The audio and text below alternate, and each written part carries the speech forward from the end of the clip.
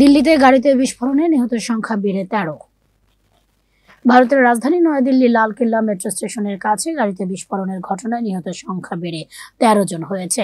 গতকাল সোমবার সন্ধ্যায় মেট্রো স্টেশনের কাছে একটি চলন্ত গাড়ির বিস্ফোরণে বহু মানুষ আহত হয়েছেন। বিস্ফোরণের পর লালকেল্লা মেট্রো স্টেশন বন্ধ করে দেওয়া হয়েছে।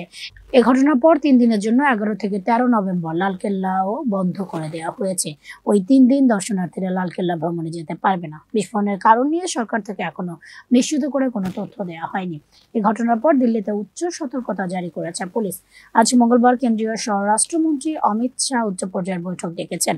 ভয়াবহ এই বিস্ফোরণের ঘটনায় একাধিক গাড়িতে আগুন ধরে যায় এবং জানালার কাঁচ ভেঙে পড়ে। পরে 7টি অগ্নি নির্বাপন গাড়ি ঘটনাস্থলে গিয়ে আগুন নিয়ন্ত্রণের কাজ করে। পুলিশ এলাকা ঘিরে রেখেছে। বিস্ফোরণের কারণ খুঁজে পেতে নিরাপত্তা বাহিনীর তৎপরতা চলছে। ফরেনসিক দল, দিল্লি পুলিশ, এআই কর্মী এবং ডগ স্কোয়াড দিয়ে ঘটনাস্থল থেকে নমুনা সংগ্রহ ও প্রমাণ খোঁজার কাজ চলছে।